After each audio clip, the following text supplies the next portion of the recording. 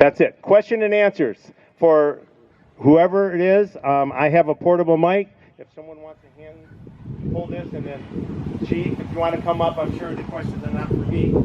So. Actually, I do have a question for you.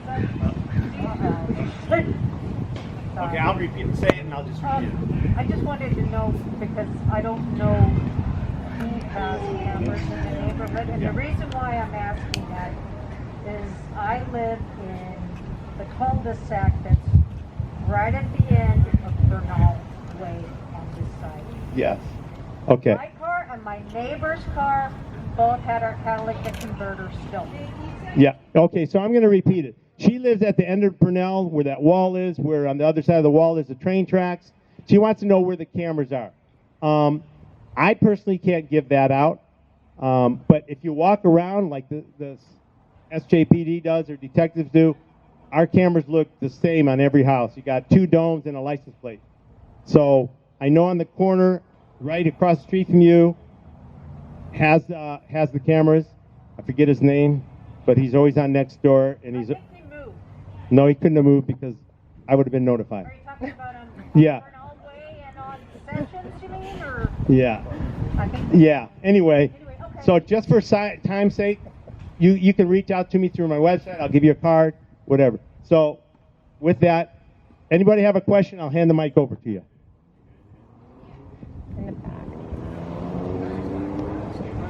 We're working very hard on catalytic converter theft, you guys. I have a couple of questions. One for you. I got a new car out of it. Oh, good.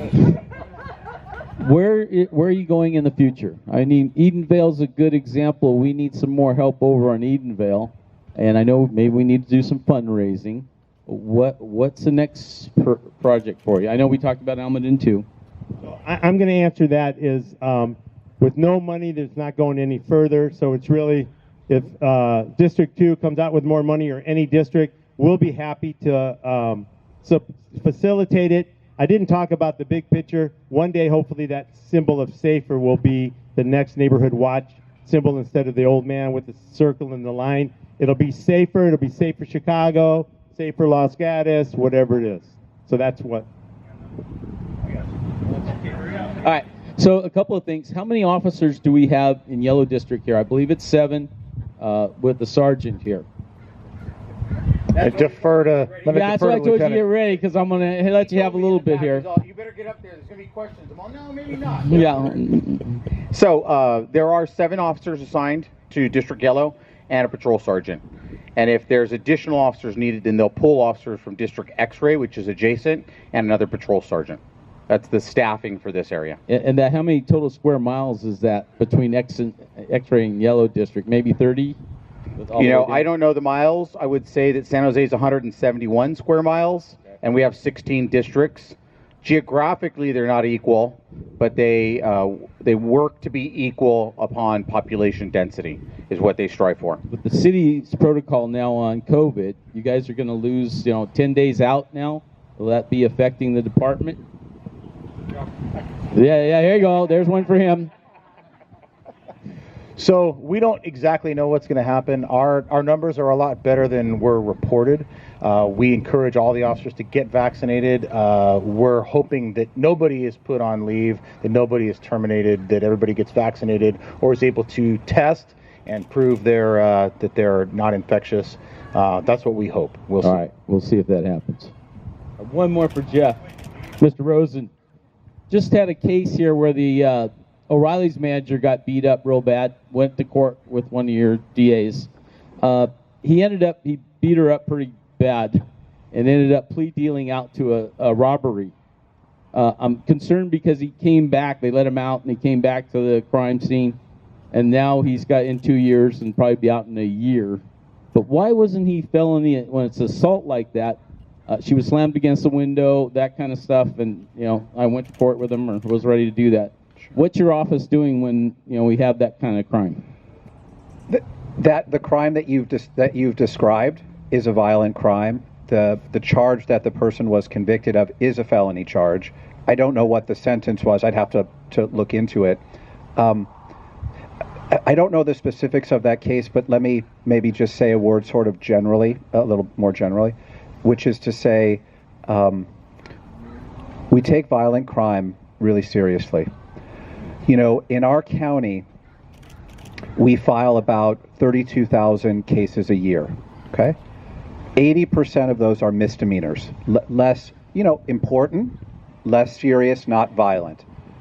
In terms of violent crimes like you described, you know, there's maybe 1,000, 1,500 cases like that, including murder, including all kinds of things a year.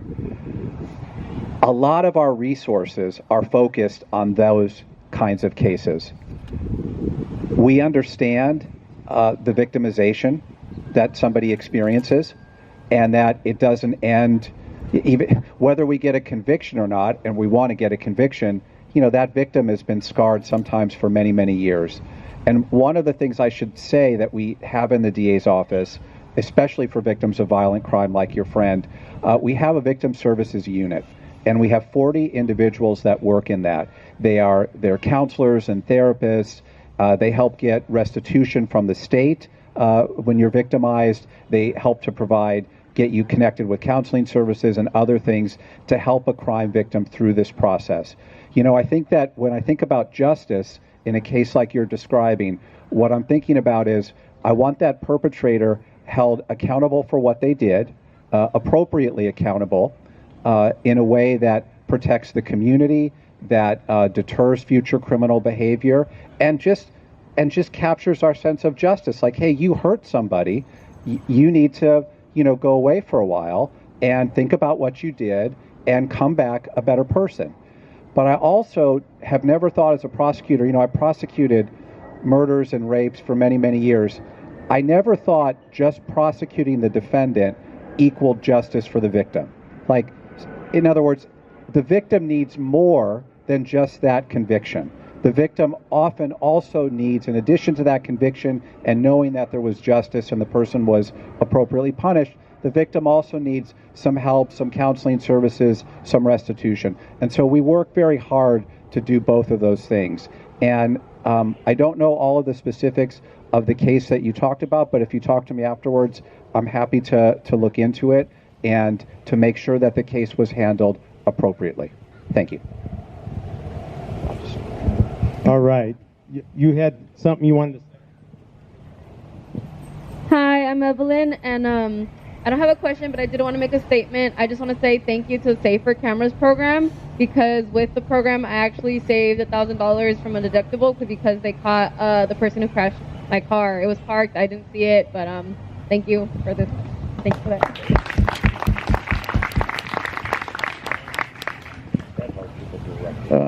My name is John. I've been living in Los Paseos for 19 years. I don't really talk loud. With all these cameras that we have over here, I don't want to take away the proactive approach of community policing, patrolling. Does that defer? I mean, I know the previous administration or the police commander was telling his officers to kind of stay away and not really police and not be proactive. Me seeing the police officers parked behind Lucky's or parked at the substation or at the corporate yards of the city yards. I would like to see the more patrols, how it used to be back in the day when I first started living here. I just don't see that as much. I don't know if the cameras are preventing you guys from doing that or just feel that there's no need to do that.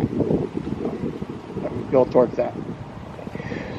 Yes, so I think the gist of the question is, are the cameras preventing us from doing traditional police proactive patrols? No, absolutely not. The cameras are really just an extension of what we would already be doing. I think Marisa pointed it out. Whereas in the past, you know, you'd knock on somebody's door and say, hey, did you see anything? Did you hear anything? Now there's a third question, which is, do you have a camera? And as the DA mentioned, that's a unassailable witness sometimes, right? They're going to give you a very clear picture of what really occurred. So no, nothing. The cameras are not changing anything we're doing. Just giving us another tool. Okay. Someone told me a question they had, that they wanted to know about the homeless situation regarding schools and parks. And I know we had a conversation about this morning, and then about encampments. So I think what you told me this morning would be great about, you know, talk about the schools and parks, if it's illegal, all that. Sure. So it's kind of a broad topic, and I said I'd talk for 41 minutes, and this might be my 41-minute answer. But so law enforcement's role in dealing with homelessness is much debated, as you can tell from reading the paper and listening to the sort of the national dialogue on the topic. We're law enforcement. We're involved in investigating crimes, holding people accountable, and making arrests where appropriate. It's not our job. We can't fix homelessness alone as a police department, but obviously we will enforce the law no matter whom the suspect is or who the victim is. So when it comes to homelessness, there's certain obstacles. Sometimes you think, well, why don't the police just go and clear out that camp? Well, there's obstacles, legal obstacles, that prevent us from just doing exactly that. There's a federal appeals court case, the Boise case, which says we cannot make an arrest of somebody trespassing on public property unless the government can offer that person shelter. So because of that case, and it's not just San Jose that has to deal with that, it's everything in the western United States that's covered by that federal appeals court, we have to have a process in which we go to the homeless camp, we first do outreach, try to give everybody, offer them services, offer them shelter, offer them an opportunity to leave the camp, but also put them on notice that the camp's going to be cleaned out within 72 hours. We come back in 72 hours, and if no one's left, we go and do the whole same thing over again, but then at that point, we can move people and get them going. So it makes it very difficult. COVID added another layer of difficulty to that because, as you probably are aware, the CDC recommended not moving anybody out of a homeless camp for fear of spreading the virus. So the city abided by that recommendation. There have been some encampment cleanups in the last year, but they've been less. But I'm not here to knock the the housing department. The housing department has housed over 1,000 people during this pandemic. So it may not look like much of an impact on the street because unfortunately the problem is pretty vast. But there has been a tremendous effort to work on this. And again, we are one part of the equation, but not the entire answer. Okay. Chief, I forgot to mention this to you this morning. The STOP program, everyone, that's the program that the police have, and correct me if I'm wrong, but the shopping center or grocery outlet they're on the STOP program, even the 2 medical buildings. We actually have a church that just signed up because the Father's House, a lot of people feel that the Father's House is housing homeless. That pastor, Carl, is going crazy. He's trying to deal with it. He signed up with a STOP program. He's going to start calling in the middle of the night and ask if there's available time that they can remove them from private property. Is that true? Okay, so there's a big difference between private and public property. So the STOP program is a program that allows, so anytime you're going to make an arrest for trespassing, you have to have a responsible party there to say, this is my property, this person's not allowed, you can go ahead and make the arrest. The STOP program allows us to front load that by contacting the responsible party, and if there's a person that's not supposed to be there, we give them one warning. They're entered into a database. If we see them there again, we don't have to recontact the responsible property owner. But that only applies to private property. So it's much easier to deal with a private property scenario than like the freeway clover leaves or the along the side of the road that you'll see. So we are working on the shopping center at Lucky's because, as you know, all those hedges, a lot of people sleep at night. And I'm just going to be blunt and say it. The homeless people or unhoused people, I watch them at night when people call me. They're the ones, a lot of them are actually, I should say, some of them are stealing from residents. So I think it'll slow down some of the crime. That's just my point of view from what I've seen. You got 2 questions here. Robbie? DA's office is ready for a question now. Just a quick one. We've seen the Southern District Police Station. It's been there for years, and still, when is that going to open as an active police station? Is there a plan, and if so, when? I wish it was open too. Frankly, I think we should probably have 4 police stations at least in a city with this population and this geographic size. But the reality is that's not going to happen. That building, unfortunately, sat vacant for many years with not being used at all. So at this point, we house our training unit there, our police academy there, our CSOs, our community service officers are housed there. So we are utilizing the building. We're just not utilizing it for its original intended purpose. And I wish I had a date that I could tell you when that will occur, but I don't. Question for, I think, Lieutenant Dominguez? Yes. Yeah. Finally. You had the stats of, I think the one I remember is in all of the yellow district or whatever, 77 car break-ins, and in the camera zone, like 7. What fraction of the yellow district is the camera zone, right? By area or population or whatever. You know, it's hard I'd have to estimate that by looking at a map to figure that out. I would say that it's a good 10%, but I don't know exactly what it equates to. Prove, to. Yeah, right. To prove your point, it would need to be kind of more, but hopefully. Right. To what the point that I was happy about seeing was that the fact that your violent crimes, your felonies, I can only hope that they're being impacted by the cameras. That's what I truly believe, and or that the officers or CSOs that come to investigate any crimes within your area have another lead to operate off of that wouldn't exist without the cameras. And so that's beneficial to me because most of the time you have individuals that are repeat offenders. And so if we can pick or stop that person, that means more importantly, we can prohibit or positively impact future victims. And that would be my goal, is that we stop people before they get victimized. Right, I agree with that. And Mr. Rosen, I had a quick question for you. It seems like a number of the crimes that happen in our neighborhood and that I've helped with the cameras are mail theft. But there's nobody here from the post office today, and how does the prosecution of those work relative to the post office versus the district attorney's office? Okay, so good question. Theft of mail or breaking into a mail truck is a federal crime, but it can also be a state crime depending on what happens. So it's one of those kinds of crimes where the DA's office has jurisdiction and the federal government has jurisdiction as well. And usually what happens in a case like that is we meet with the post office and collectively decide, is this better to have this case prosecuted in the state court, or do we think we would get a better, more appropriate sentence in federal court? And the other thing with theft of mail is, of course, the post office has all kinds of tools that are not available to the state in terms of what happens with mail, where it comes from, and where it goes to. So the short answer is we work together.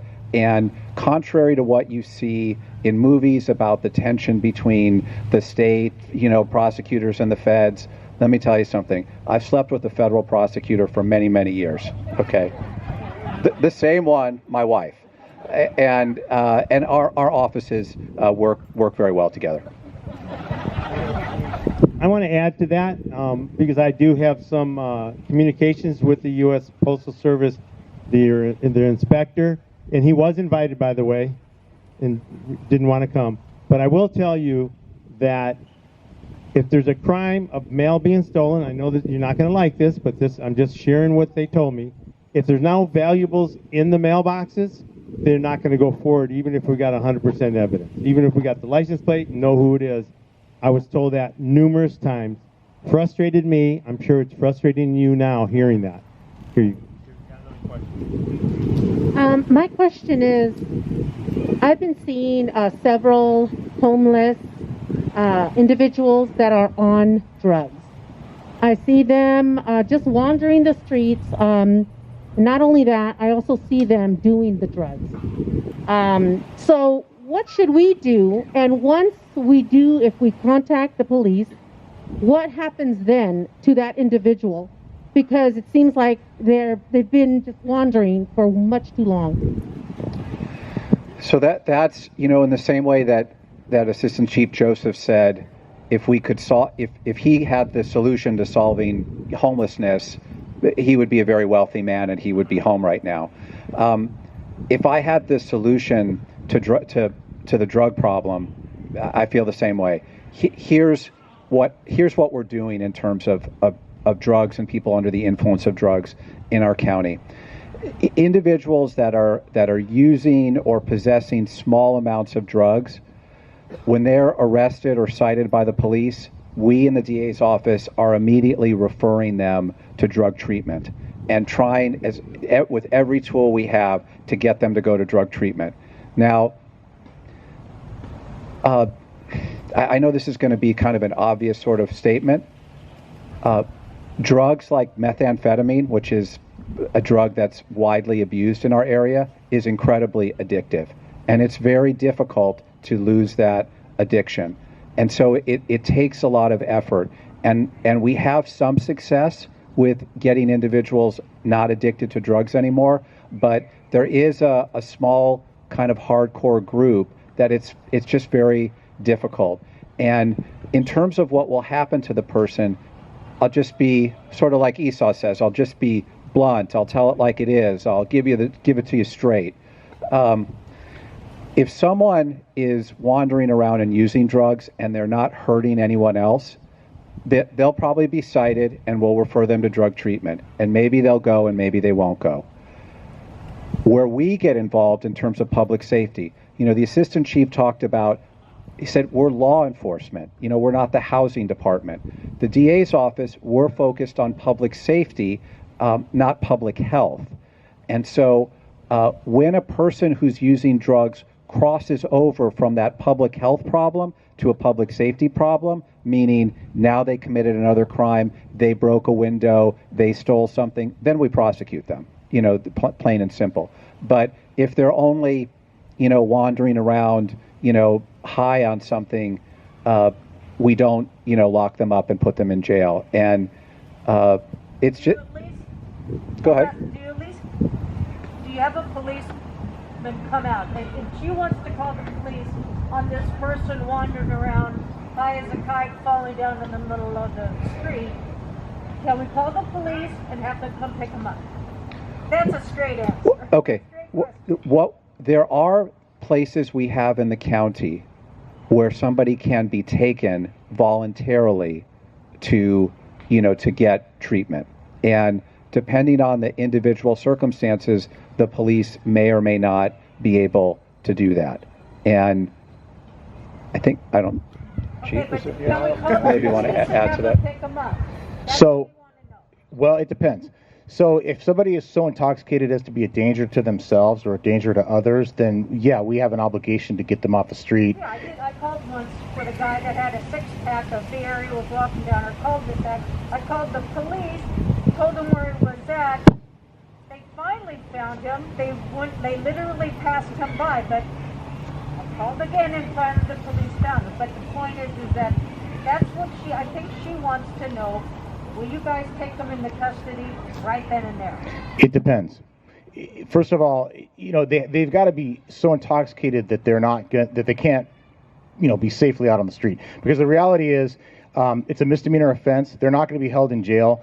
Our officer would take them down to the jail, and they'd immediately be cited out. So they wouldn't really be off the street. So it's not. That's just the reality of. It might scare them enough. I don't know if it would. It might. I don't know what happened to the gentleman that this was about 2 years ago, so I don't know. I think what she's trying to say and what she's frustrated about, and a lot of us in the neighborhood are frustrated about. Unfortunately, we have a lot of homeless here. But also, unfortunately, I think people are feeling like nothing is being done. Well, nothing is a strong word. Look up on our Nextdoor app and see everybody that is complaining about it. I don't doubt that for 1 minute. I don't doubt one thing you're saying. But I think if people can agree with me on what the situations are. Yes. Around in our neighborhood. Okay. Thank you for that. I think we all do agree. I really try to keep the time. I said it's going to be 45 minutes. Another few minutes is going to be 1 hour. So I'm going to take 2 more questions. If you guys want to come up and talk to any of them one-on-one, you can. But before I hand it off to the last question, Johnny, can you stand up, please, for me? This is Johnny Camus. He's actually was District 10 City Council member. He's actually running for Supervisor District 1 next year. All right? Hello, everyone. My name's Chris.